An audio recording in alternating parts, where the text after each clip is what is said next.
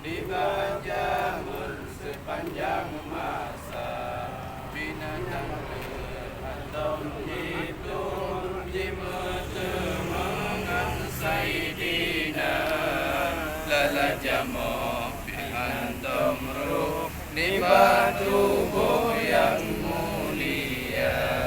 dengan ikut negara anak sama sayyidina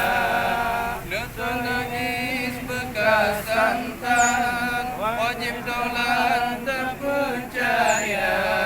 hati Nabi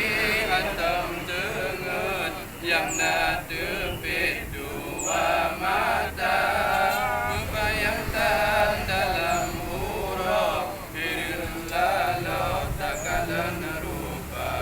wadah nuduh langkawan bayang bau di sayyidina yuwilada tak melihat kaliakatan yumasana yang siplonya sipur Nabi soyang turi bahagia soyang apa hidup sipurnya